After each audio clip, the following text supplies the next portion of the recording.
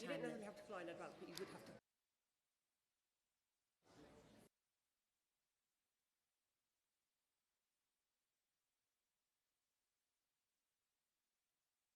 Very early. Order. Bradley Thomas to move the motion.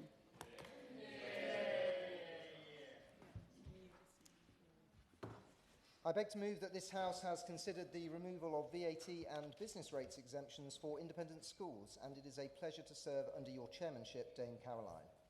Well, this matters for various reasons. I've always been and will remain committed to supporting education across the board, including our excellent state schools, and I want all schools to be adequately funded and present opportunities for children from all backgrounds. And I say this as someone who was proudly educated in state schools and who cares about the life chances of everyone.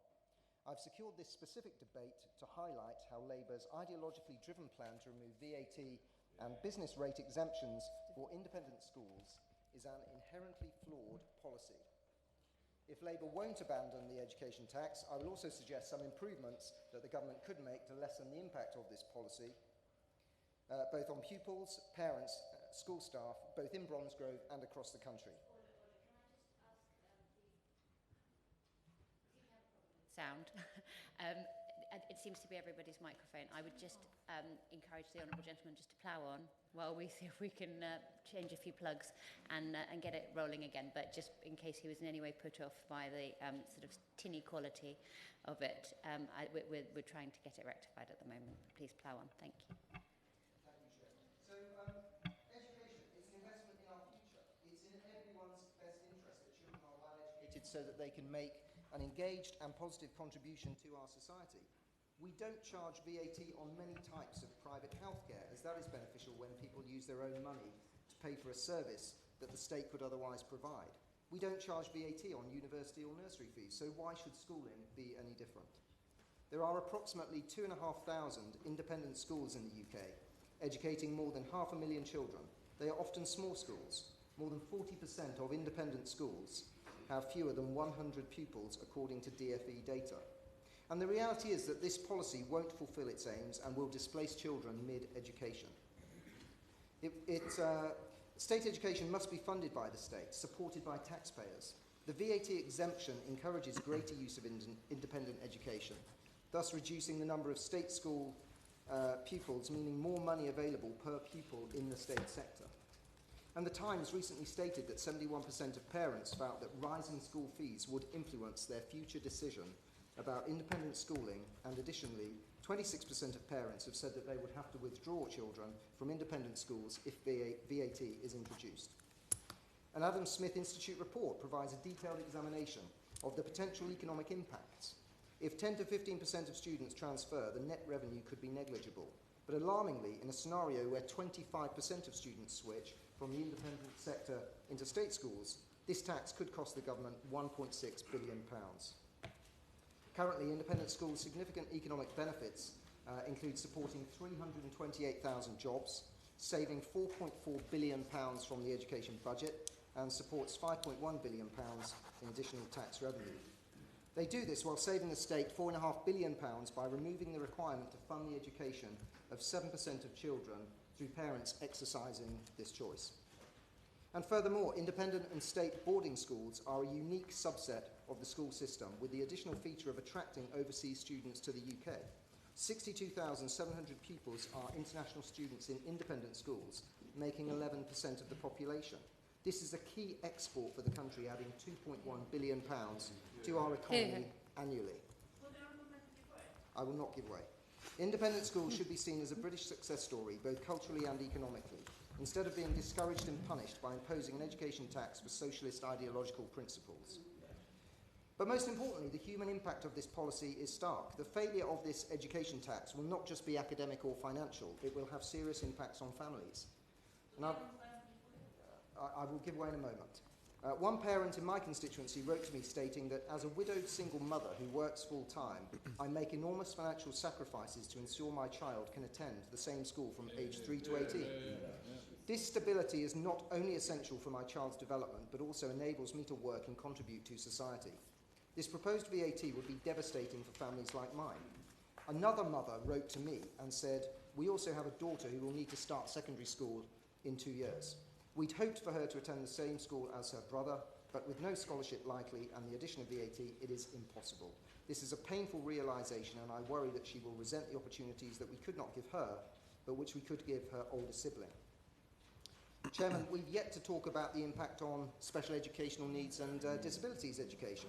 This will cause particular problems for children who are in receipt of such bespoke education. Nationally, at least 130,000 pupils in independent schools receive SEND support in mainstream and specialist settings. This is 20% of the pupils in UK independent schools, and that is slightly higher than the state school average. Independent schools help provide additional value-adding capacity to SEND education. I will give way. I want to congratulate my honourable friend for securing this important debate. On this point of special educational needs, this will devastate many families around the country who make huge sacrifices. So when the Minister sums up, if I may ask him, could he come back to us on exactly what mitigations and support will be given to local authorities to cover this, the costs and also the pressures that they face, particularly with the shortages that we have on special educational needs provision across the country? Thank you. Well, the Right Honourable Member, she makes a valid point, one which I will touch upon later and which I hope that the Minister will address. Independent schools, they provide additional value-adding capacity that has just been acknowledged in SEND education, and VAT on fees risks their ability to do this. There is simply not the capacity in the state sector to accommodate all of these extra pupils, particularly when SEND services are under significant pressure already, and I think this is... I will give way.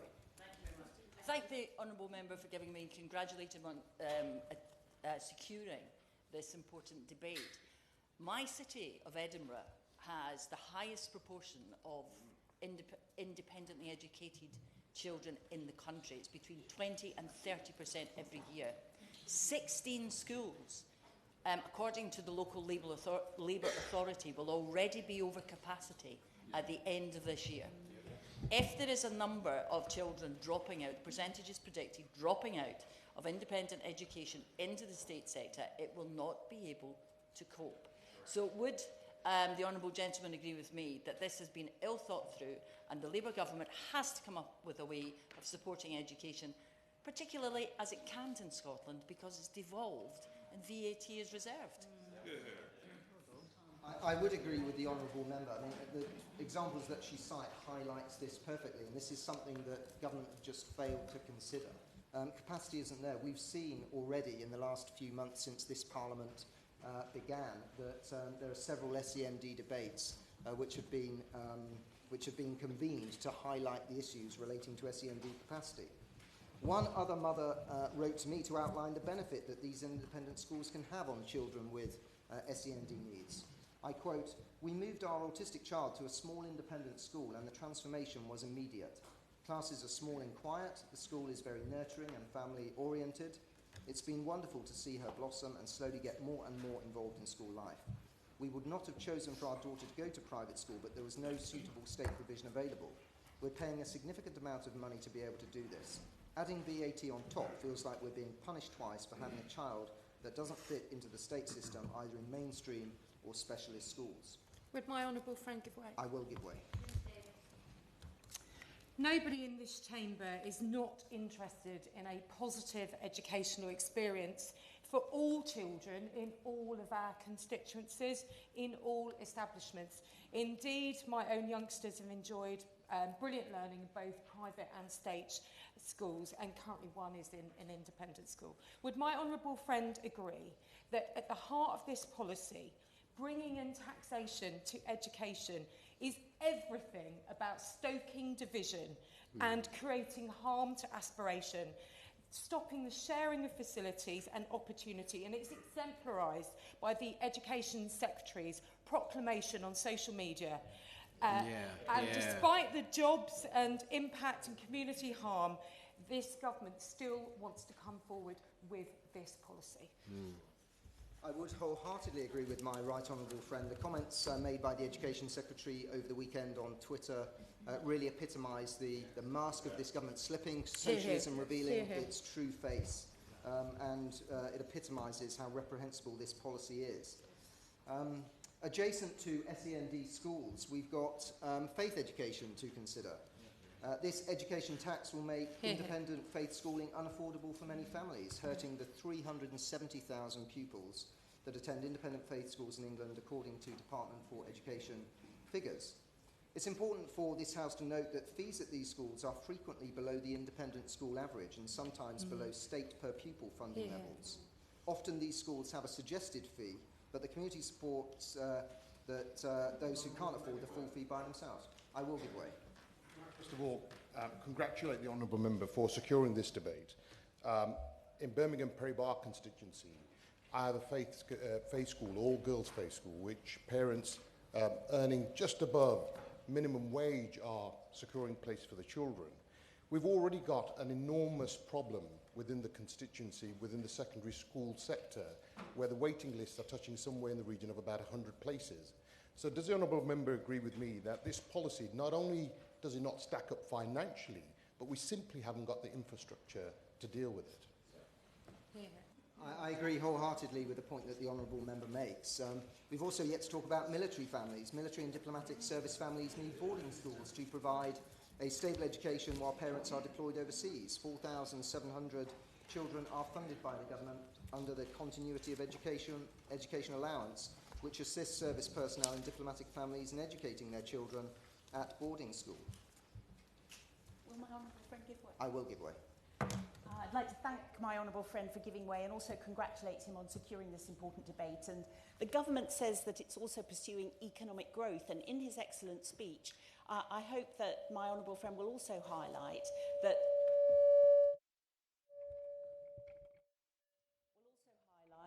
the value of export earnings to the United Kingdom from this fantastic independent school sector, a key part of growth, and of course something no other Western economy taxes education. Absolutely. My right honourable friend, she echoes the point that I made earlier in the speech, that this is not just about a service that's provided, this is about a key segment of the UK economy that bolsters the value of UK PLC and UK GDP. I will not give way, I will make progress. Labour committed in the House of Commons in 2023 that armed forces families need not be concerned about proposals to charge VAT. With the current retention crisis in the armed forces and the current volatile state of world affairs, the government needs to confirm what impact analysis has been carried out on the effect of taxing education on military personnel. And then, Chairman, we get into issues around the implementation of the policy. Implementation in January will put pressure on local authorities to find rare and academically disruptive in-year placements. These will be difficult as state schools will be full. Many will be oversubscribed, with areas that have a high number of pupils attending independent schools also having some of the busiest state schools. I will give way. I'm very grateful to my honourable friend. He is speaking eloquently about the impact on children's education, special education need children being ripped out of their schools in the year perhaps of their GCSEs or A-levels. This is obviously a topic about education. We have members of Parliament here from the Conservative Party, the Liberal Democratic Party, independent MPs, members of Reform. And the DUP. And the DUP. And The Labour Party has Marshall. The Labour Party has Marshall. It's not always about you, Joe. The Labour Party have Marshall all but two of their MPs, one of whom hates the policy herself. I don't know what the other gentleman thinks.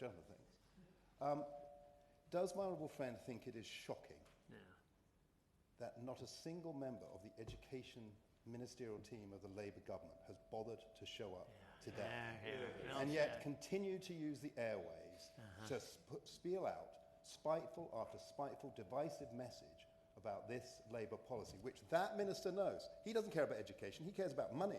He's a Treasury Minister. He knows that this policy won't raise any money, it's going to cost taxpayers. I would agree wholeheartedly with my right honourable friend. The government have shown the true intent of this policy over the weekend, this divisive us and them mentality that was revealed on social media. So, Chairman, I call on the government to pause and reconsider this education tax with a view to abandoning it. It is unethical and will damage a British success story and won't fulfil its stated aims.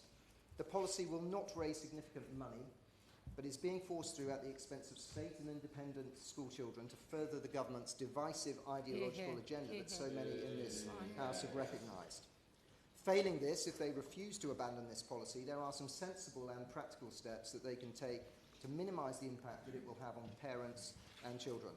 Firstly, the imposition of VAT should be delayed until September and the start of the next academic year. There has been no proper impact assessment of these policies on state schools, SEND provision or faith schooling. A full consultation and impact assessment is needed before changes are announced. Secondly, assess how very small schools can be protected from VAT and tax changes. They are a vital community resource and charge much lower fees. This should be acknowledged. Thirdly, exempt service families on continuity of education allowance from VAT. Those who rely on independent education to serve our country should absolutely not be penalised. The government should protect children who are currently applying for an ECHP, as parents shouldn't be penalised for the delays in the process. And I would like the Minister to provide clarity on the following points. Will the government be issuing guidance for state schools on how to deal with applications from parents and to prevent parents from being asked to prove that they cannot afford to fund independent education? The member for Islington South and Finsbury commented during the general election campaign that that state sector classes must increase when they just have to cope. What assessment has the government done to determine whether state sector classes have the resources available? And for students transitioning from the independent to state sector, what provision will there be to prevent disruption to their education in subjects which may not be taught at their new state school? Will academic leniency be granted to students in the event of academic performance failures due to the disruption caused by transitioning between schools? I also seek clarity on what funding and support will be made available for students with special educational needs who are transitioning between independent and state sectors. I hope that this House will clearly appreciate that this short-sighted policy will hit hardest those in society who it claims to be supporting, that it will damage the wider education sector as a whole and will worsen academic and social inequalities whilst being a net cost to society, the education sector and the British taxpayer.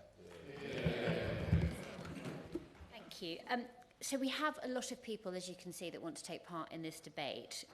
So can I remind everybody that you need to bob if you wish to be called in the debate. Given the nature of the debate, also, I would recommend that you declare an interest, if you have one, in this. I'm going to kick us off with a 3-minute limit on contributions because we currently have 19 people who are down to speak. I'm starting with Alex Shelbrooke. Thank you, Dame Caroline, and a pleasure to serve under your chairmanship this morning. The government are about to realise the reality of governments over manifesto ideology. And fundamentally, this policy will remove the ability of local people to send their children to local primary schools as places get filled by those who currently just about afford to use private schools. As there's a limited time, I have a series of questions that I would like to put to the Minister. And to be fair to the Minister, as this is not his department because education ministers are running away from their policy, I doubt he'll be able to answer these today, but perhaps he can take them away. Some of these have been covered, but I think this is important to get on the record. So can the Minister confirm whether a low-income family whose child is in receipt of a bursary would be liable for the VAT on the total school fees? Would a staff member in receipt of an employee discount on fees also be liable? As mentioned, but with boarding schools already at 86% capacity and some already withdrawing from the market, will the continuity of education allowance for military families still be able to house the 4,200 who currently use it? Will art schools be exempt? If so, if we're starting to exempt schools, is this even legal? And if we don't allow art schools to not apply VAT, then that means that people who have the talent to go will have to be in the vicinity and travel. That's going to withdraw a huge amount of opportunity from those in the arts sector. What mitigation is there going to be for the financial planning of international pupils? They have a choice of a global market. As my honourable friend mentioned, this is a £2.1 billion export market. Again, is it going to be legal to exempt certain schools, such as SEND provision? What impact will there be on council budgets? Those of us who represent vast rural communities, if children get taken out of the private sector, put in the state sector, the state is going to have to fund the transport for those children to go to school. Whose budget is that going to fall upon? And fundamentally, and there is evidence of this from every council, if primary schools are already close to capacity, will the state be paying to put them into private places? And will parents then be taxed on this as an in-kind benefit? Or is the law going to be retrospectively changed, which of course would suit the Prime Minister and a lot of people with their free wardrobes? Thank you, Dame Caroline. Thank you. The question is, this House has considered the removal of VAT and business rate exemptions for independent schools. I call Caroline Bowden. Thank you, Chair. My constituency of South Devon is home to several small independent schools that offer an alternative education to the mainstream offer from state schools, education that caters brilliantly for pupils who struggle to fit in with the demands of the mainstream curriculum. I have heard from several parents whose children couldn't cope in state schools, who live with autism or other mental health challenges, but who are thriving in these small private settings. Small independent schools whose fees are as low as they can make them to survive, which offer smaller class sizes, fewer class transitions during the day, and more emphasis on well-being and creativity. The parents who have contacted me in desperation over this proposed change are not wealthy. They are scraping together the fees so that their children can attend a school in which they can thrive. One told me she had sold her house, given away the family pet in order to move into a flat, and changed jobs so that they could afford the fees and now buy everything second-hand. Another said they'd also sold their home and moved house to afford the fees at our local Steiner school, as their children had also failed to cope with mainstream schooling. The introduction of VAT on private school fees may not have much impact on parents who can afford £50,000 a year for a child. But one school in my constituencies, whose fees are just £10,000 a year, said it will face closure if it loses just 4 more children from its role. All of these small schools are trying to absorb as much of this cost as possible, with teachers taking salary cuts and much-needed building repairs being put on hold indefinitely. I ask the Minister to think about the impact this tax will have on the children who cannot get an EHCP, who cannot cope with the rigours of the state school system, who will quite probably end up dropping out of school completely if this goes ahead, with all the implications that has on parents who are working, but who then may have to consider homeschooling instead. I urge the Minister... No, sorry, I'm on a roll. I urge the Minister to think about a lower fee threshold for the introduction of VAT. After all, these parents are already paying income tax to cover an education their children do not receive. I will give way. The member brings a good point, and I was glad to hear that Labour is giving consideration to cases in which an independent school provision has been specified in education, health and care plans. However, many children, has already been raised already, have special educational needs and do not require an EHCP. And this means that many children with SEN are currently being educated in independent schools, as there's just insufficient support in the state school system. As such, they're having to bear the fee increase. Does the honourable member agree that the government must ensure that these vulnerable children are not disadvantaged by this policy?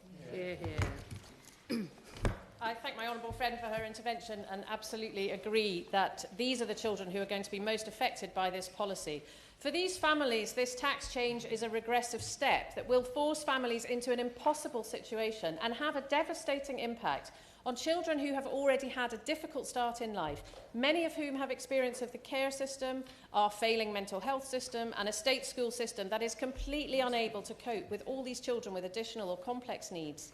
Yes, the state school system desperately needs investment. We know that. We know the provision for SEND is in a disastrous state, and nowhere more so than in Devon. And the chronic underfunding of councils by the previous government has decimated SEND provision. Yes. Thank you, Honourable Member, for giving way, and I congratulate the gentleman opposite for securing this important debate. Taunton, Wellington and Kings and Queens schools in my constituency make a massive contribution to the local economy. But beyond that, they also cater for the needs of many children with special educational needs and disability.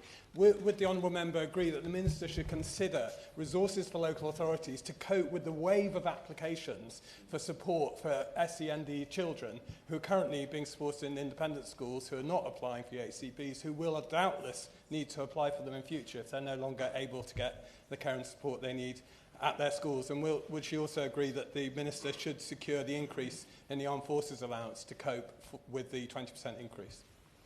I thank my honourable friend, and it's interesting, isn't it, that we have nobody here from the Education Ministry to defend this policy, and we've heard nothing about the contribution they're going to make to increase SEND provision in state schools. I certainly know that the state schools in my area cannot cope with any additional need, and we've heard nothing about that. But dare I say the Liberal Democrats had several suggestions for tax-raising options in our election manifesto, which don't seem to have been considered yet by this government, and I would humbly suggest that a tax on social media companies might be a good place to start, given the impact they have on the mental health of our young people. And just to finish, I implore the Minister to rethink how this VAT policy will damage families who have tried so hard to find the right setting so that their children can thrive. And if he would like to come to South Devon and see for himself what some of these brilliant schools offer, then I would be delighted to show him around. Jerome Mayhew. And Caroline, we've been told by the government that the rationale for this policy isn't class hatred or class warfare, but it's a revenue generation mechanism for state schools. It's a sort of novel hypothecated tax where education has always been tax-free in this country and in fact around the world. And even going back to the last flowering of Labour's socialism in the 1970s, even when we had beer and sandwiches in number 10, they didn't suggest that we should take socialism into the classroom in the way that this government currently is. So if tax take is in fact the rationale, where is the impact assessment? How much will actually be raised by this, and what will be the cost associated with the implementation of this policy? We've already heard that some 10,000 students have left the private sector and are going into the state sector just this September. What impact will there be on those children's education? I have a local headmaster I went to see on Friday for a private school in my constituency, the only one I'm aware of, and I should at this stage register my interest. I have one child at a free-paying school. He said that locally their primary schools are totally full and that there is not space for those children who are leaving the private sector to go into local primary education. So what's the impact? What's the impact assessment on SEND children? That private school in my constituency, it has 34% of its intake are pupils with special educational needs, partly because of the delay in the EHCP process. Are they going to be penalised? What happens when they get taken out of their educational setting now and put into a new school with new friends or the lack of it? What's going to be the impact on their personal education? What's going to be the impact on SEND provision in the county of Norfolk? Yes, I will. Where I've always had great concern for segregation in our education system. However, parents in York are saying that due to the different pedagogy, environment and culture, certain independent schools provide the only way their children with SEN, anxiety or indeed care experience can currently access education. So it's through necessity, not choice. Does he agree that the government should not only publish an impact assessment, but an impact assessment before the budget so we can assess the full analysis of this policy? I'm very grateful to the Honourable Lady. I'm sorry she waited so long to intervene, and I quite agree with the point that she makes. There's another issue which we need to have an impact assessment on, and that's the provision of boarding facilities for children in care, again provided in my constituency. This school provides full boarding, not just for children in care, but also for the boarding pathway programme put forward by Norfolk County Council for children on the edge of care. This is their education being the single point of continuity in these children's lives. And this policy has the real risk of reducing that support, removing them from their school and from their friends, and halfway through an educational year. So what assessment has this government undertaken before the budget on these policies and the costs, and what mitigation they're going to put in place? Now, we've already heard about the impact on military families. Is it right to target the children of our servicemen for this hypothecated tax? Was not targeting poor pensioners enough for this government? Will my friend give way? Yes, I will. Is it not the case that this policy disproportionately affects those on lower and middle incomes, who the vast majority of these students are from, families of? Parents who I've spoken to in my constituency are really concerned. They've foregone foreign holidays, a new car, a bigger home, because they've chosen to invest in their children's education. And shouldn't government be encouraging people to make those right decisions on behalf of their families, rather than penalising them? My honourable friend is absolutely right. It feels like the government has this cartoon characterisation of what a private education looks like. It's got top hats and tails, but that's not the real experience of the modern private educational sector. And it brings me nicely on to the impact on bursaries. At this school in my constituency, 20% of fee revenue goes on bursaries. It's exactly that level of support for people with greater financial disadvantage that is going to be the first casualty of this unfair and ill-thought-out policy. It's a very odd target, again, for a tax take. And what about the impact on local businesses? So this school employs 286 people of all sorts of different types in my constituency, and they're already having job cuts undertaken. So I asked the government to think again, Dame Caroline. The introduction of this ill-thought-out policy halfway through the academic year, surely that needs to be revisited. The impact of children who are sitting for public examinations. It's always bad to have to change school through circumstances forced upon you, but even more so when you're sitting for GCSEs or A-levels. So at the very least, this policy should not be implemented for people in those years.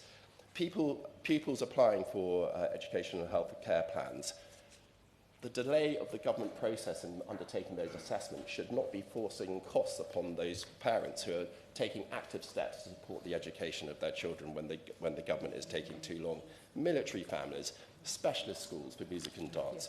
There's no evidence that the government has put forward to support its stated objectives for this policy. It feels self-evidently rushed. The only people who are here to support it are those who are paid to do so. And it's the vulnerable children in our society are going to be paying the price of this internal Labour politics. I'm desperately trying to squeeze everybody in today, but as you can see, there's a lot of people who want to speak, so I'm now going to take it down to a 2-minute limit, and I call Jim Shannon.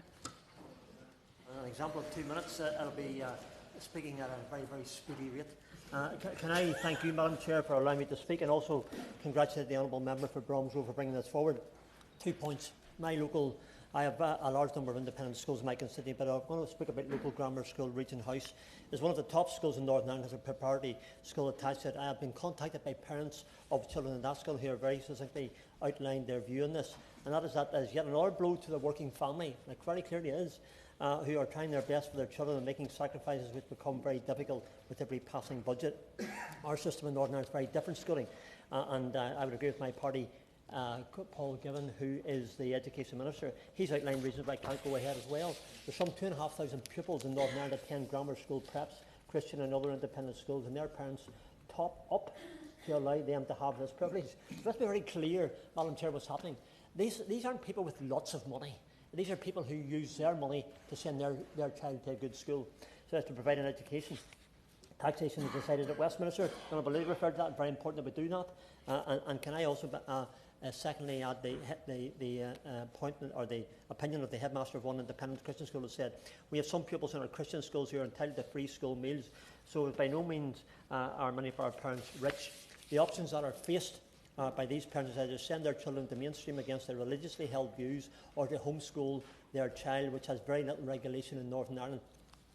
The private school in Northern Ireland is not a status symbol as many believe. It's a human right based on the right to their faith, and government will massively overstep it if allies with a sweeping brush what should be addressed with a fine brush. There's a school in my constituency on the border in Hollywood that has a very different approach to learning, and which children are excelling within. There are other international schools that need to be able to provide schooling for children who move around with their parents and their work and need access to a different format of education, but one that has a continuity of education. None of these are status symbols, and they need to be separated considerably. I fully agree with the motion put forward and ask the Minister to consider that. Thank you. Lewis Cocking.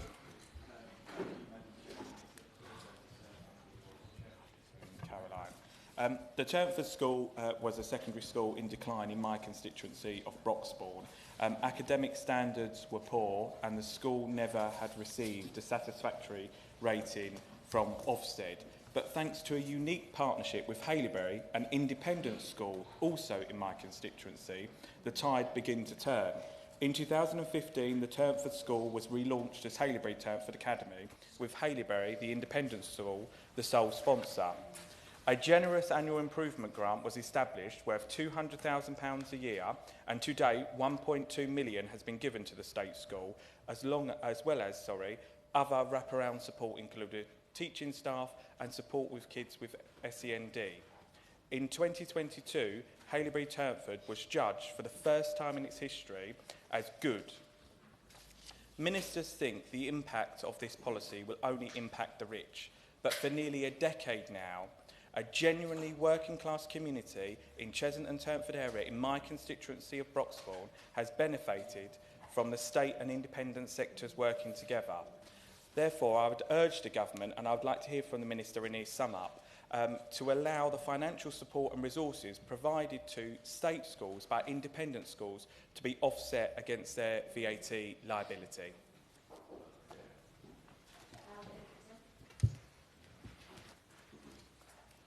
Dame Caroline, it's a pleasure to serve under your chairmanship today. Thank you. And thank you to Bradley Thomas also for securing this important debate. In my constituency of Surrey Heath, there are 6 small independent schools, 2 of which are dedicated to special educational needs, serving a total of 820 students. I've heard from each of those schools, from families of current students and from teachers in the state sector about the potential impacts of imposing VAT on private education provision. I want to highlight 2 of the issues, in particular, reference to the educational ecosystem of Surrey Heath, but which I think also resonate more widely across the country. The first, special educational needs. Of the 820 students in private schools across Surrey Heath, 230 have special educational needs of varying degrees of severity, and of those, 138 are not in possession of an EHCP. That figure indicates the disproportionate service and choice that small, local private schools provide children and families with special educational needs. For those children and families, private provision is more than just an alternative to the state sector. It's a crucial lifeline for children who struggle in mainstream education or who are unable to secure one of the limited places in a special educational needs school provided by Surrey County Council. Parents and head teachers have made it clear to me that families with children with special educational needs already face significant financial strains. An additional 20% for already stretched families will be the tipping point that forces them to withdraw their children and turn again to an already overstretched county-run system. Point number 2, military families. With close ties to Sandhurst, Purbright and nearby Aldershot. Yes, I will give way.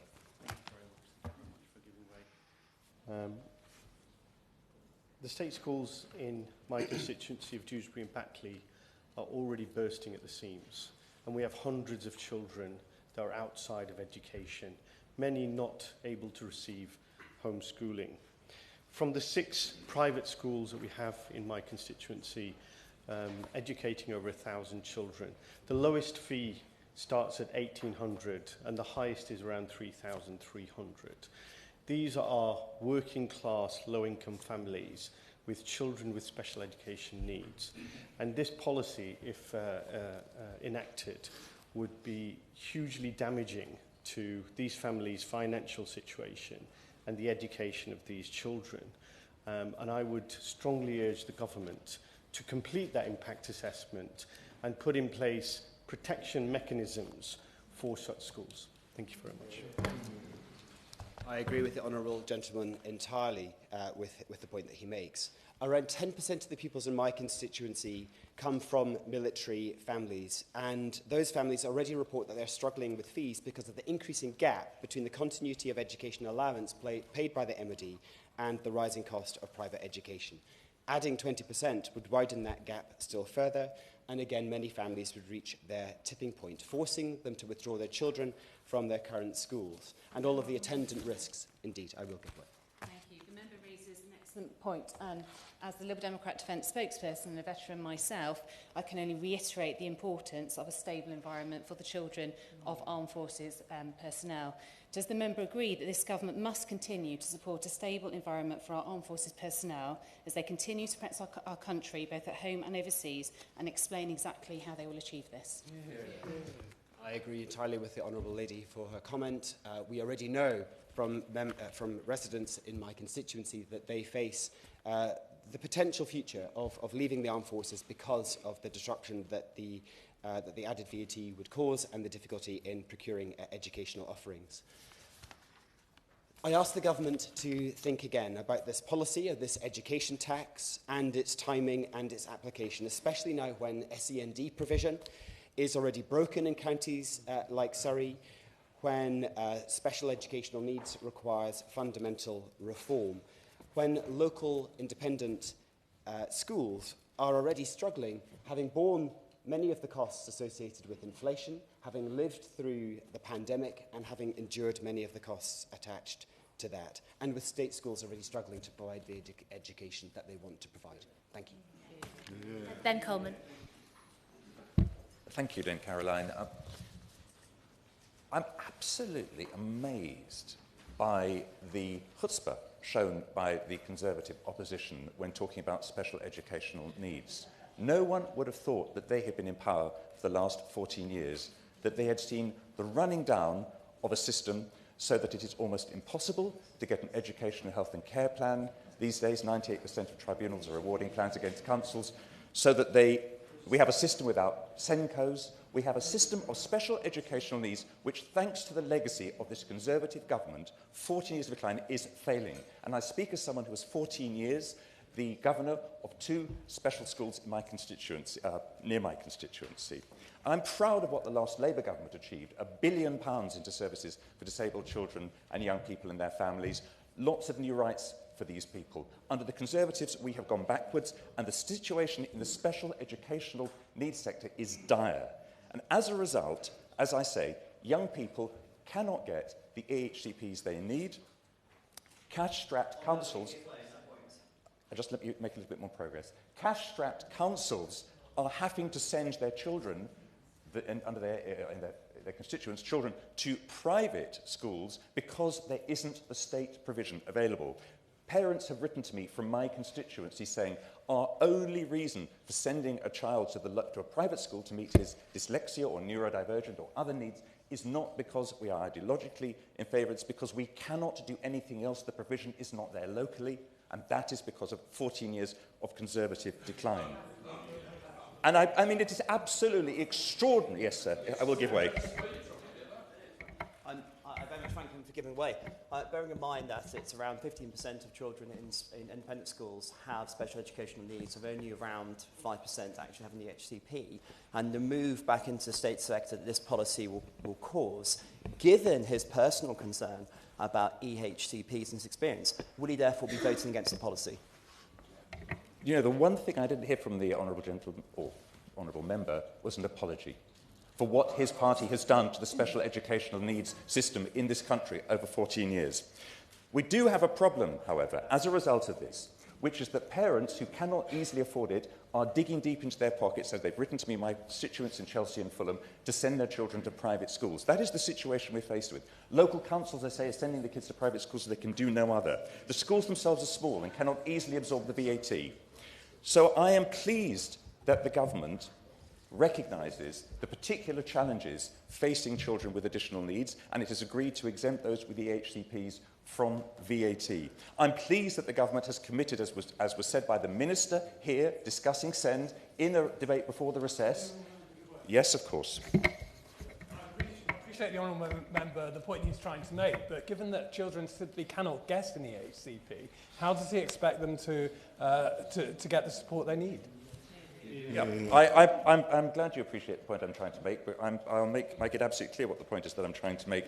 Because children cannot get an EHCP, thanks to the failures of the Conservative government, they are having to...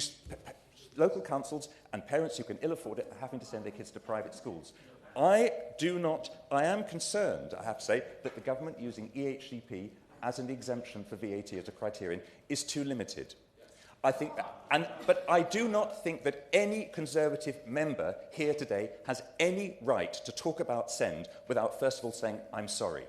So what I would like to see is I would like to support my honourable friend's suggestion that before we go ahead with this policy, we have a proper assessment undertaken of the impact on the education of children with special educational needs, but who do not have education, health and care plans.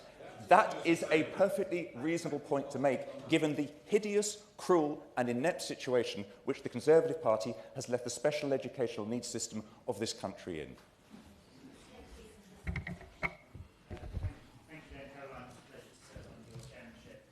I thank the member for Bromsgrove for securing this debate, and I should declare that I'm a governor now at Shillington and Stondon Federation and a Central Bedfordshire councillor. I think Labour members are notable in their absence, and I can only imagine that they're ashamed of this policy to charge VAT on education. Parents across the country and in mid-Bedfordshire deserve to be able to send their child to the best school for them. Parental choice is crucial to ensuring our children are able to get the best start in life, but too many parents in Bedfordshire are already struggling to get that for their children. The Department for Education has acknowledged that Bedford Borough's secondary schools are effectively full, and a new school will not come online until 2027, and even that school is anticipated to be filled by future housing growth. Just over 15% of children in Bedford Borough and nearly 10% of children in central Bedfordshire did not receive an offer for their first choice secondary school, and that situation will get worse as our population grows. Across Bedfordshire, 19 independent schools currently support 5,744 pupils.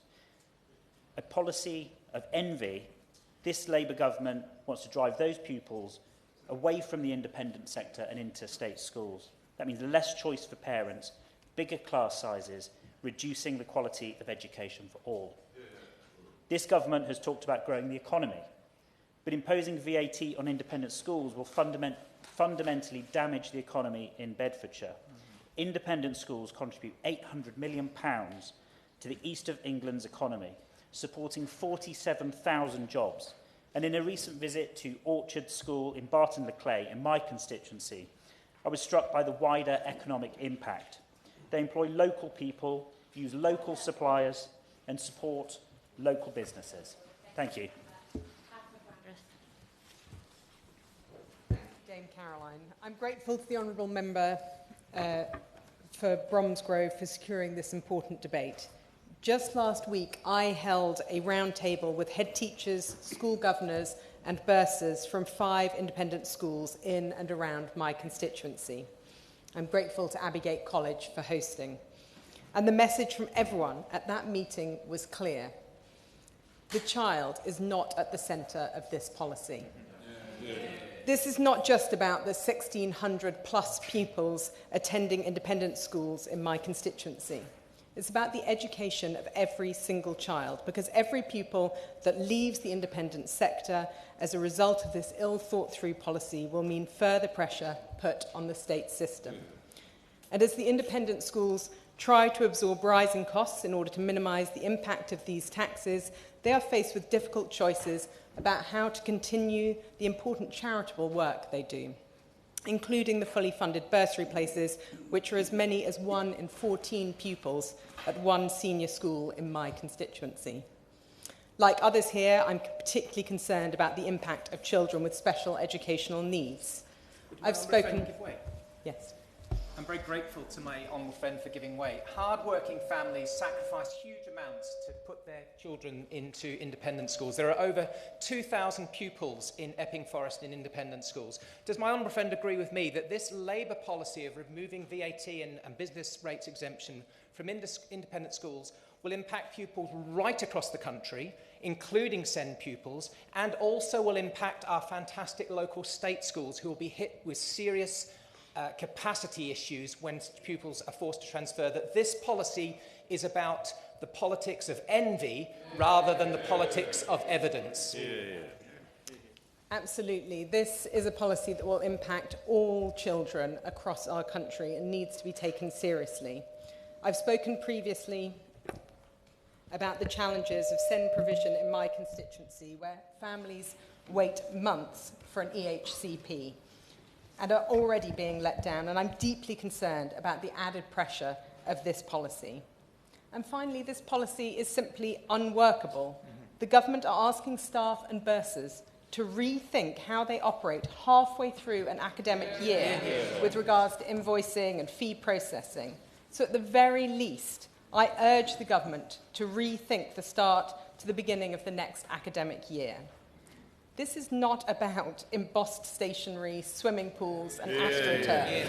This is about children and their education, and I urge the government to think very carefully about this decision and to do as the head teachers at my round table on Friday suggested, put children at the centre of this policy. Thank you. Just a reminder, there's a 2-minute time limit, and in order to try and get through the remaining speakers, I'm now not going to add an additional minute for each intervention. I call Richard Tice. Thank you, Chair. It's a pleasure to serve under your chairmanship. The irony that the government has sent a minister to listen to these debates who went to a private school. I wonder whether your parents would have been able to afford the extra 20%. But as the previous speaker has just said, this is about the damage to the education, not just of those at independent schools, but hundreds of thousands in the state system who are also going to be damaged. Those children, their education will be damaged because of the capacity crisis. Class sizes will grow. There's an SEN crisis everywhere. Local authorities are in panic, head teachers are in panic, parents are in panic, and most shamefully of all, Minister, children are panicking. Are they going to be removed from their school in the middle of a school year, taken from their friends, and have their education damaged? It's extraordinary. And I give you one little example. I've had a letter from a constituent. 2 children with SEM provision. She can't afford the extra 20%, so she wants to put it into, has to put her children into the state system. There's no capacity within an hour's drive. So she has a quote from the local taxi firm.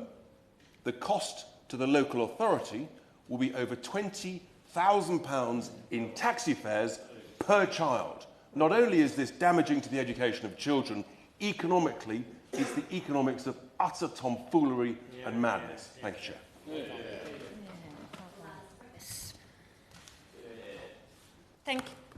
Thank you, Dame Caroline. The Institute for Fiscal Studies predicts that even a modest migration of 3 to 7% of private school students to the state sector would cost the government hundreds of millions of pounds a year, wiping out much of the projected revenue from VAT. Far from improving the education system, this policy will add stress to state schools already grappling with limited resources and overcrowded classrooms. It is a tax on aspiration which disproportionately impacts hard-working families already making sacrifices. But perhaps most importantly, this policy would damage the significant contribution independent schools make to special educational needs and disabilities provision. A constituent of mine is worried about this exact issue. She got in touch to say, "My son has been diagnosed with ADHD and high-functioning ASD. He has already been let down by the state education system. His first school reported us to social services rather than offering us the support he needed. His second school refused to help secure an EHCP, instead suggesting we monitor his E-numbers. Given these challenges, we made the difficult decision to enrol him in private education. We're not part of the elite. We worked very hard and had to borrow a significant amount of money to cover his tuition fees for next year. The proposed removal of business rates relief would exacerbate the financial challenges faced by independent schools. And the loss of these schools will devastate local communities, limit educational choice, and further diminish the capacity for SEND education. The Labour government's lack of impact assessment and weak fiscal evaluation will ultimately be detrimental to many families in my constituency. David Simmons. Thank you very much, Dame Caroline. A pleasure, as always, to serve in your chairmanship. After 12 years' experience in local authorities on education and children's services and as a father of young children, I've had the opportunity to see the best both in the private sector and the state sector, and I do declare an interest as someone who will be impacted by this policy. I agree with everything that's been said about the educational impact of this, so I'm going to focus my remarks as far as I can on the financial angle of the government's proposals. Representing a constituency with 6 mainstream independent schools and numerous small SEND providers, it's very clear that there's a huge amount of anxiety out there amongst mums and dads, school teachers, the impact that this will have. The first key factor is that where private schools are full, the state schools are usually full as well, and parents are clearly finding if they need to move, There is simply not the capacity in the state system locally because of the demographics of pupils at the moment. So we have to ask ourselves the question, does the harm done by this policy produce a benefit in the state sector that would justify it to our constituents? And the government's proposal amounts to less than half of the cost of a single classroom teacher per state school across the whole of England. Not even sufficient to make up for the numbers of children displaced by the impact of this policy. So no great financial gain for state schools that may be feeling pressed. And of course, as has been said, it makes us the only country in the developed world to tax schooling. But more concerning, Dame Caroline, is the impact, firstly, of the reclaimability of VAT, that bringing schools within scope means it is likely that the government will have to repay far more VAT to independent schools than it's going to raise by this policy. But also the impact of business rates, which we haven't spent a lot of time on.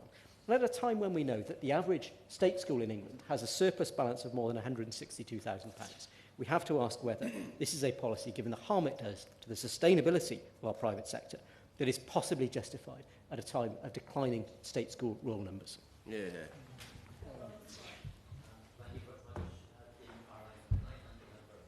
Bringing this debate, and I want to bring, I suppose, a very specific Northern Ireland and constituency-based concern in regards to that, and that's when this was first proposed in regards to the addition of VAT to special schools. I was contacted by the administrator of Newton Abbey Independent Christian School, and I want to quote as to what he informed me.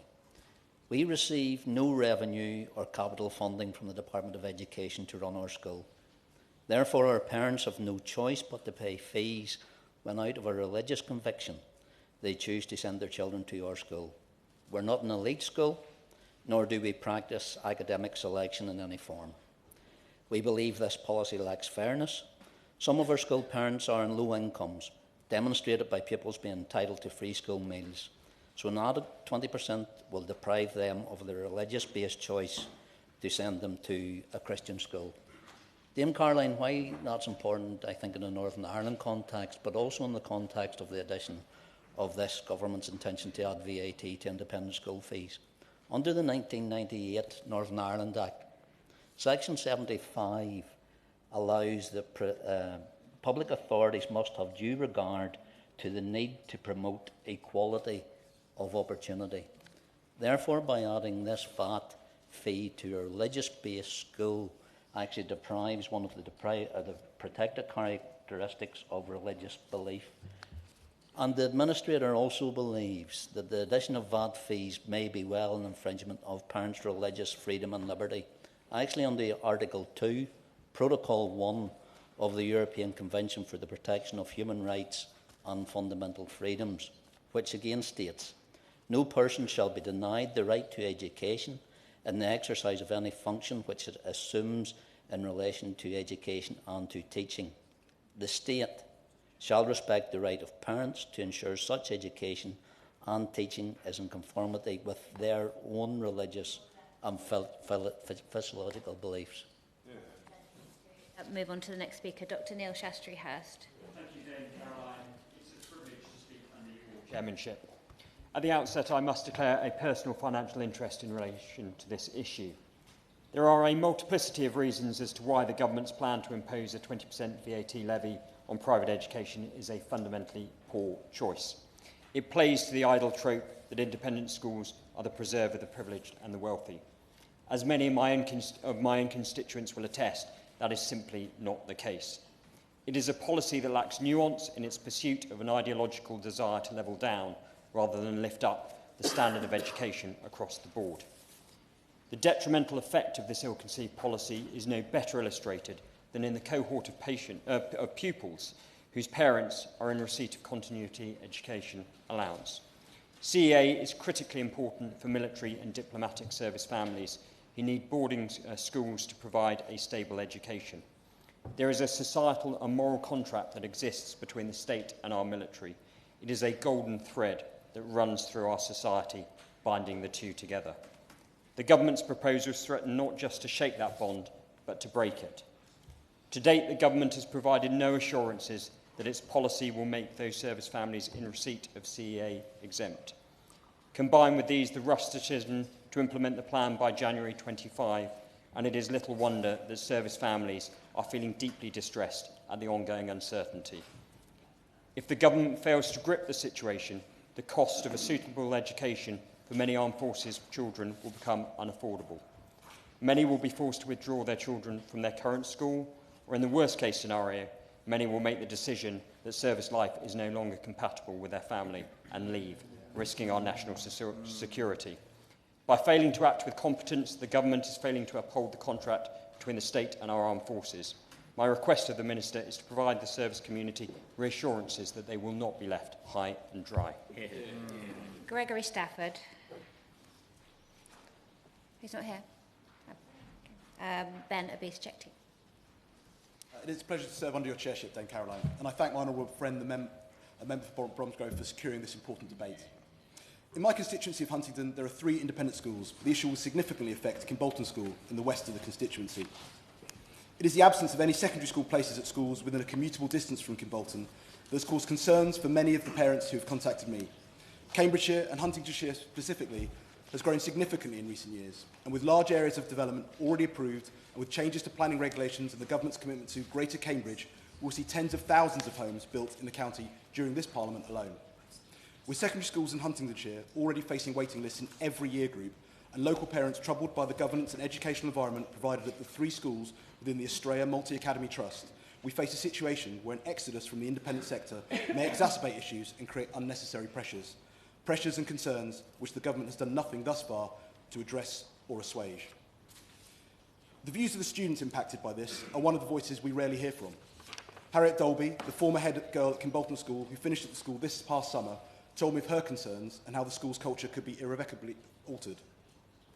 Kimbolton School has made such a significant impact on my life, giving me opportunities I wouldn't have been able to get anywhere else, growing my confidence and helping me to gain positions of leadership which have set me up with skills for the future. However, I am concerned that Kimbolton will not be able to make that positive impact on as many people's lives in the future. 20% VAT on school fees will be too much of a stretch for too many parents and will likely damage the family feel made possible by having pupils from a wide range of family backgrounds.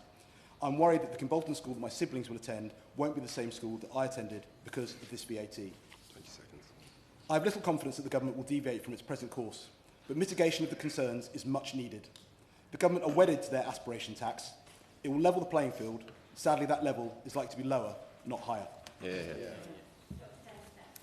Thank you, Dame Caroline. Pleasure to serve under your chairmanship.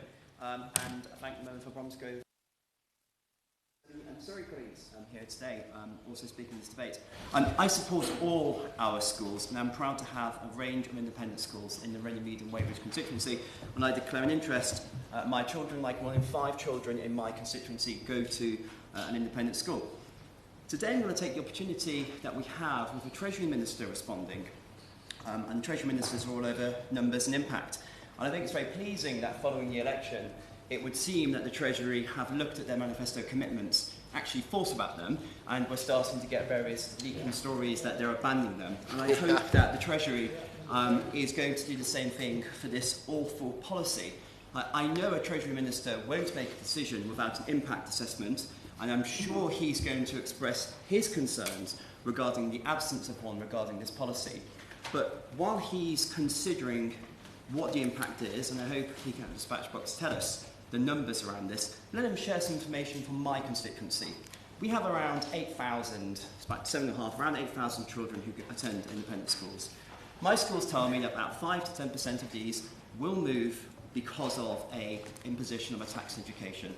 That means far more pressure on our local state school, and it means disruption for those children.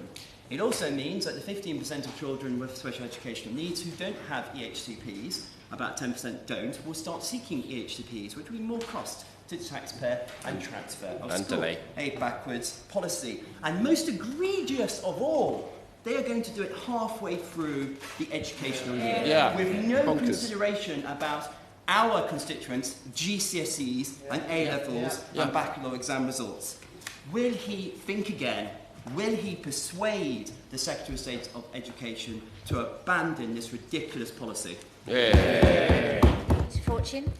Thank you, Dame Caroline. I should be clear that both of my children attend independent schools because, like many parents who made the same choice, my wife and I, with the support of our families, made sacrifices to enrol them. We did so because, with that support, we could. And make no mistake, I recognise it's a privilege to have that opportunity. Like many parents, I want to give my children something I didn't have growing up. And for me, that was an excellent education. My schooling in Lambeth, where I grew up on a council estate, left a lot to be desired. And as I grew older, I realised an excellent education was the way out. So with my children, I spent what I had giving them the best possible education. And crucially, our decision for our family did not impact anyone else. Sending children to independent school, a personal and privileged choice, isn't a bad thing that should be taxed and regulated out of existence, like Labour want to do with smoking or introducing 2/3 of a pint. It doesn't mean state schools are poorer. In fact, we pay our taxes and opt out, leaving more space and school resources for others. Independent schools are also offering bursaries and donating the use of their facilities to other local schools. Those who think differently have an ideological obsession, and I'm afraid this new Labour government shares it. They're not thinking about lifting schools up, but tearing some down. And remember, in 2019, it was the Labour Party who voted to abolish independent schools. Instead of the complete destruction they desire, the government has settled for now on taxing them to the brink by imposing VAT on school fees and removing their charitable status. What they picture are Eton school kids, fresh from the family estate, high on their parents' aspirations. They don't picture the kid done good from a council estate who also has high aspirations. The shop worker doing the extra shifts to give her kids the chance she never had. Or the parents giving up everything to get the extra SEN care they want to provide for their child. It's ideological, not practical. It's knocking people down, not lifting our country up. And worst of all, it's ill-considered. As one head teacher told me locally, this policy is nothing short of cruel. Thank you, Dame Caroline. It's a pleasure to speak under your chairmanship. As the MP for Wimbledon, I'm proud to represent a constituency with such a rich and diverse educational offering, including fantastic primary and secondary schools in both the independent and state sectors. I'm deeply concerned about the impact that the removal of the VAT exemption will have on many of these schools.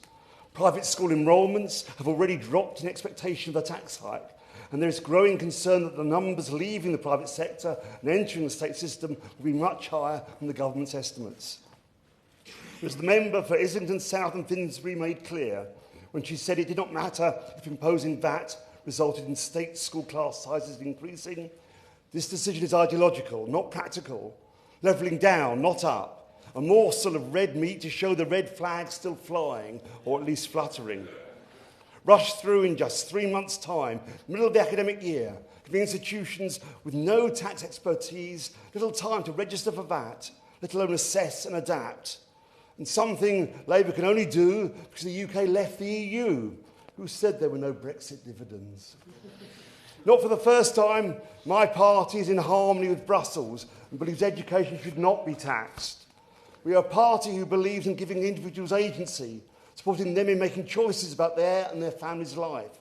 For many, such decisions are made because they know their child will not be able to receive the support they need from the state sector.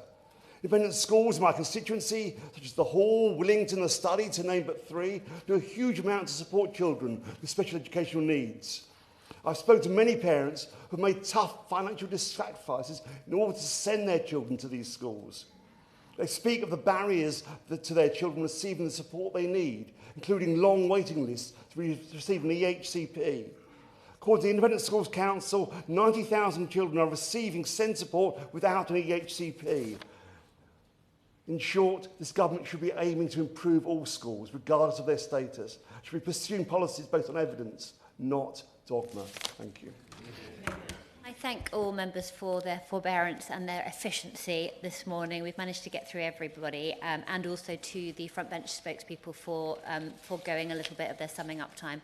Sarah Olney for the Liberal Democrats, please. Thank you very much, Dame Caroline. It's a pleasure to serve under your chairmanship. I'd like to congratulate the member for Bromsgrove for securing this important debate. Thank all members who contributed so eloquently.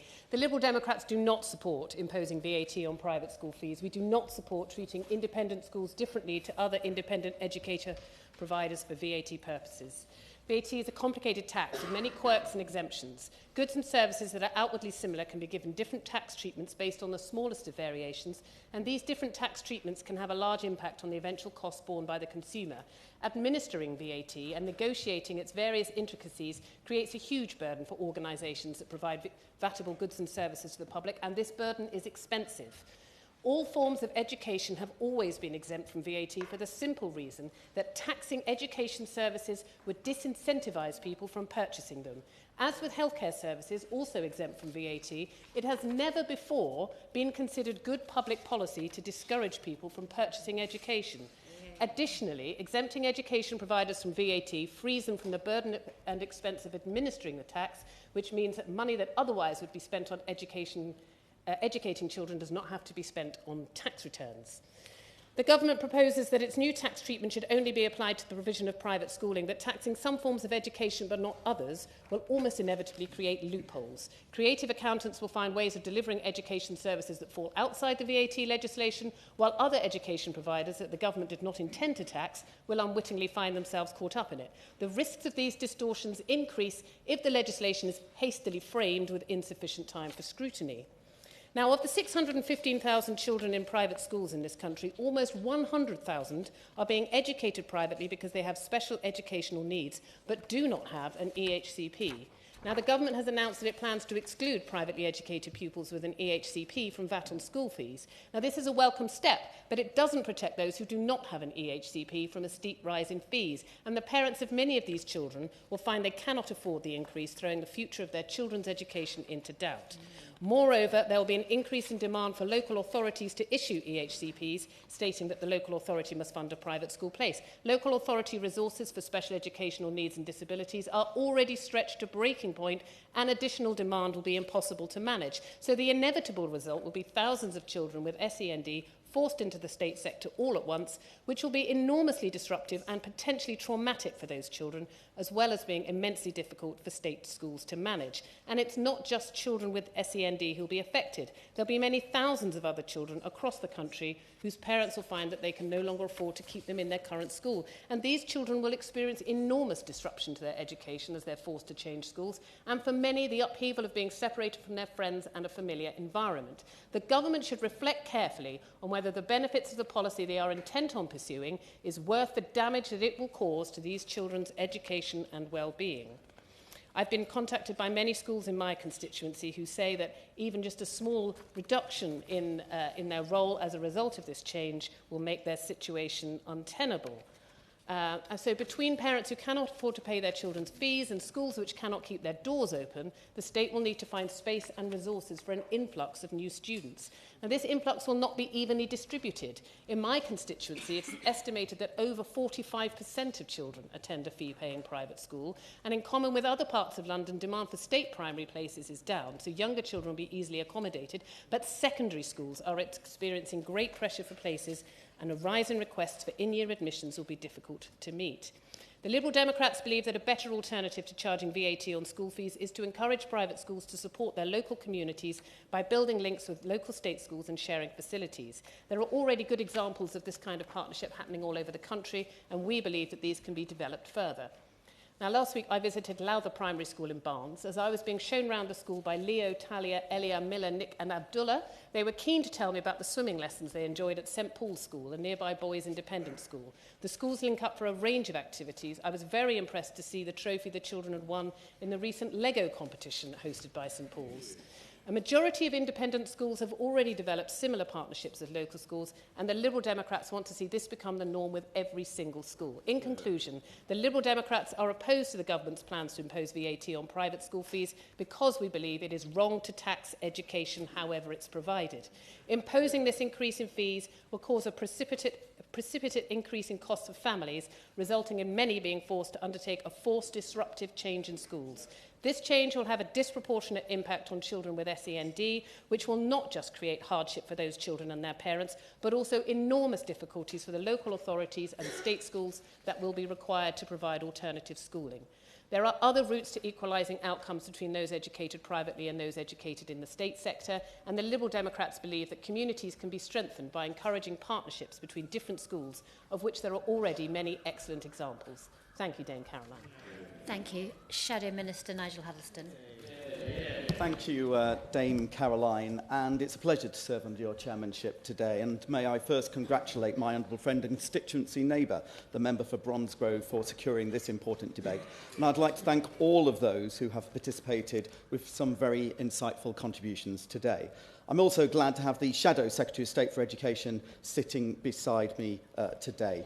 Now, we can see from the large number of contributions, particularly from this side of the House, how important this issue is to members and their constituents, many of whom are greatly distressed by this government's proposals, which we believe are flawed in both design and execution, or at least currently planned execution, which is perhaps why so few government members are here to defend it today.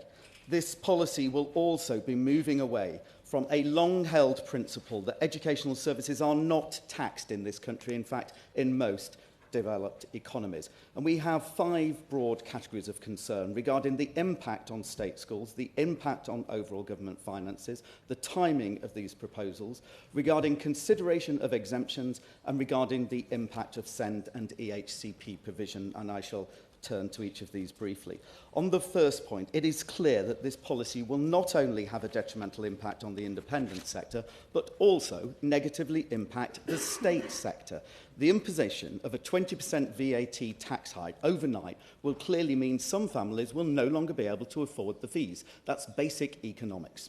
In addition, the imposition of business rates will further disrupt the business model of independent schools and make less money available for bursaries and subsidies, which many parents absolutely rely on. Inevitably, this will mean children leaving the private sector and moving to the state system, putting an additional burden on many state schools, some of whom do not have the capacity. Or it will make fewer spaces available at good and outstanding local state schools where spaces would otherwise have been available because more pupils would have taken the independent route. This is not a fear, this is not scaremongering, this is reality. It's happening now. According to the Independent Schools Council, over 10,000 pupils have already been pulled from the independent schools. One think tank has estimated that far from bringing additional money into the Treasury, this policy could in fact cost the taxpayer £1.6 billion, which brings me on to point 2, the impact on overall government finances. Out of total government spending of over £1.2 trillion, is this policy really the top target of this new government? It smacks of politics of envy, not of careful deliberation and consideration of evidence. And on the topic of overall government finances, will the Department for Education get more funding from the Treasury if the number of state pupils exceeds expectations? Or will they be expected to pay for it within existing budgets? Has the government set aside capital for additional new school places if that is needed?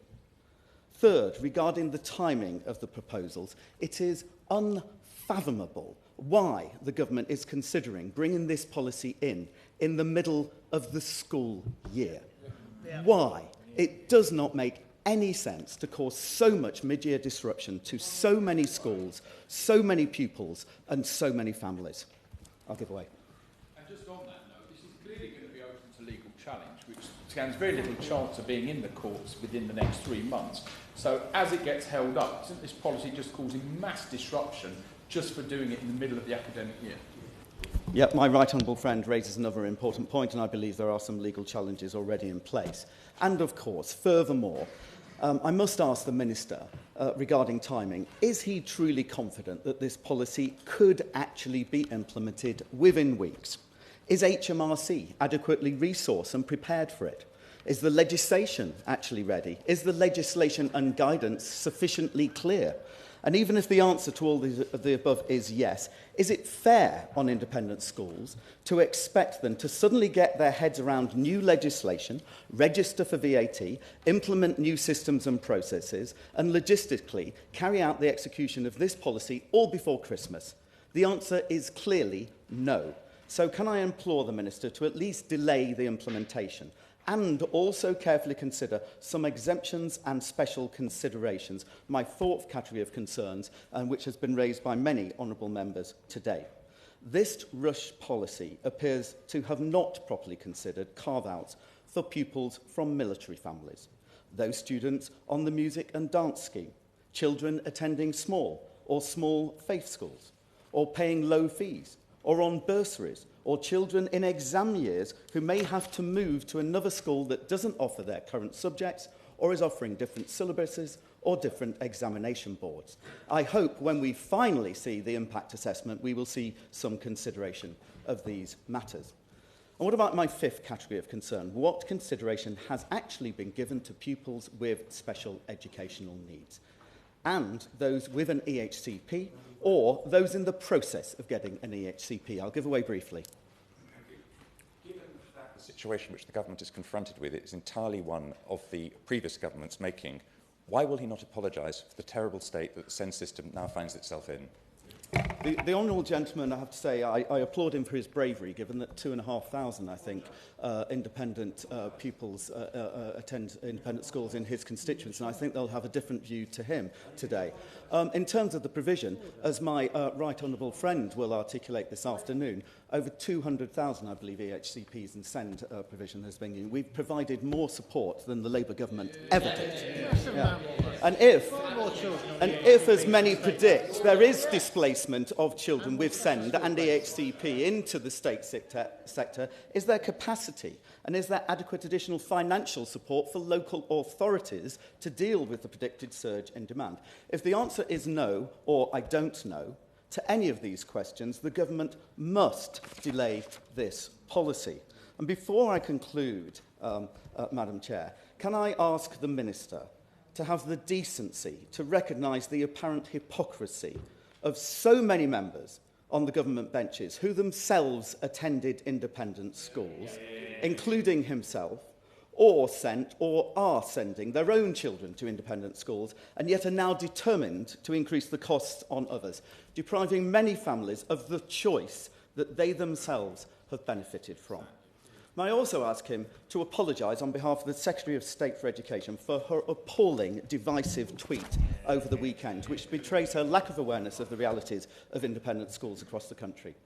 Madam Chair, head teachers, teachers and parents in both the state and independent sectors, unions, tax experts and think tanks are all appealing to the government to think twice about this policy. Can I appeal to the Minister to listen and act accordingly? Thank you. I call the Minister James Murray. Thank you very much, Dame Caroline, and it's a pleasure to speak in this debate with you as the Chair. And may I start by congratulating the Honourable Member for Bromsgrove for securing this debate and by thanking all Honourable Members for their contributions. I have listened carefully to all members' contributions and I will attempt, although I don't have much time, to address as many of the points raised here today as possible. Dame Caroline, every member of this government cares deeply about education and we are committed to breaking down barriers to opportunity. We are determined to fulfil the aspirations of every parent in our country to get the best education for their children. We are committed to doing so by improving state schools and by making sure every child has access to high-quality education. We will start to make this happen by expanding early years childcare for all by opening 3,000 new nurseries across England. We will recruit 6,500 new teachers alongside improving teacher and head teacher training, and we will roll out breakfast clubs to all primary schools so that no child starts class too hungry to learn. Now, these improvements to the state education system will begin our work to make sure every parent's aspiration for their child can be fulfilled. We want to get on with these important changes right away, and to do so, they must be paid for. And that is why, to help fund, I'm going to make a bit of progress first. That is why, to help fund these improvements to our state schools, we have made the tough but necessary decision to end tax breaks for private schools. At the July statement, Dame Caroline, the government announced that as of the 1st of January 2025, all education services and vocational training provided by a private school in the UK for a charge will be subject to VAT at the standard rate of 20%. Any fees paid from the date of the July statement on the 29th of July relating to the term starting in January 2025 onward will be subject to VAT. As honourable members know, the government also announced that private schools in England with charitable status would lose their eligibility for business rates charitable rate relief from April 2025, subject to parliamentary passage of the legislation. These changes were set out in a technical note published online alongside draft VAT legislation, which formed a technical consultation. Now, as part of this consultation, the government, both at official and ministerial level, has engaged with a broad range of stakeholders, including with the devolved governments, to make sure the impact of this policy, we understand the impacts of this policy in each nation of the UK. We have listened carefully to the points people have raised with us. We recognise that whilst this policy will raise revenue to help support improvements in the state education sector, it may lead to increased costs for some parents and carers whose children are in the private education system. But let me be clear that whilst private schools will now be required to charge VAT on the education services and vocational training they provide, we expect most private schools will be able to absorb a significant proportion of this new VAT charge to keep fee increases affordable for most parents. They will be able to make efficiencies and recover the VAT they incur on the things they buy. I'm going to make some progress. They will be able to recover VAT they incur on the things they buy, recovered costs that can be used to offset the increases to fee payers. We're already seeing that some schools have committed to absorbing the VAT liability entirely, whilst others are choosing to cap fee increases at 5 or 10% to keep fees as low as possible for parents. Dame Caroline, a number of members today have asked why we are introducing this policy in January 2025. The reason for doing so is simple. We want to raise the funding we need as soon as possible to deliver our education priorities to state schools across the country. Importantly, I haven't got much time. I need to address the other points honourable members have made in this debate. Importantly, a January 2025 start date means that schools and parents will have had 5 months to prepare for the VAT change. HMRC are ready to make sure schools are supported in delivering this change. To respond to the Shadow Minister's comment, HMRC will be putting in place a number of measures to ensure that all private schools can be registered ahead of January the 1st, 2025, including publishing bespoke guidance on gov.uk ahead of the 30th of October, updating registration systems, and putting additional resource in place to help process applications. Now, ahead of this policy being implemented, the government has carefully considered the impact these changes will have on pupils and their families across both the state and private sector, as well as the impact they will have on state and private schools. The government's costings of these policy is currently being scrutinised by the Independent Office of Budget Responsibility. The Chancellor will confirm our approach to these measures at budget, where we will set out our assessment of the expected impacts of this change in the normal way. Now, we recognise, as some honourable members have raised, these changes may lead to some pupils moving into the state education sector. However, we believe the number of pupils who may switch schools as a result of these changes will represent a very small proportion of overall pupil numbers in the state sector, and such switches will take place over several years. We are confident that the state sector will be able to accommodate any additional pupils and that these policies will not... I've only got a few moments left to address a number of points, so I will make some progress. Several honourable members in their contributions today also raised their concern about the impact of this policy on pupils in private schools with special educational needs. We have carefully considered this element of the policy. Our proposed approach makes sure that pupils will not be impacted where they have acute additional needs, and an education, health and care plan in England, or its equivalent in other nations, specifies these can only be met in a private school. In such cases, where pupils' needs can only be met in a private school, local authorities will fund their places and will be able to reclaim VAT. Similarly, on business rates, the government is developing an approach to address the potential impact of these changes in cases where private school provision has been specified for pupils through an EHCP. And more widely, as a government, we are committed to transforming the system for supporting children and young people with SEND in all schools. We need to deliver better outcomes in a financially sustainable way. Dame Caroline, I would like to close by again thanking all honourable members for taking part in this debate. In our consultation about the technical detail of this policy, we have been engaging widely and in depth, and of course the views of MPs are an important part of that. As I said earlier in this debate, it has been a tough but necessary decision to end tax breaks for private schools. We believe it is the right decision, and one we need to implement as soon as possible to help raise the funding we need to deliver our priorities for state education in our country. We are determined to improve the education that is available to all, because that is how we will make sure the aspiration of every parent to get the best possible education for their children can be fulfilled.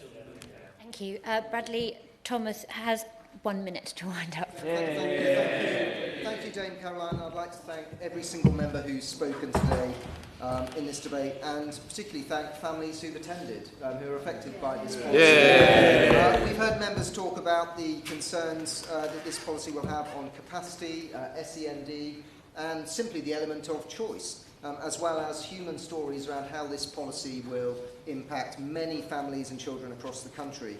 I'm disappointed that an education minister hasn't attended and instead the Treasury Minister has. The Minister has demonstrated that he can read Labour's political script, but has sadly lacked the courage to answer the points that have been raised in this chamber. But to sum up, Dame Caroline, we've heard words such as cruel, sacrifice, disruptive, concerns from families that their children's performance will suffer in schools. In short, this is a joyless, mean-spirited policy from a joyless, mean-spirited government, and I think it's evident that the lack of Labour members present, that they probably agree with the sentiments expressed on this side of the Thank you very much, everybody, for getting through that very quickly. I could now ask everyone to leave as quickly and quietly as possible so we can move on to the next debate. Well done on that. Well done.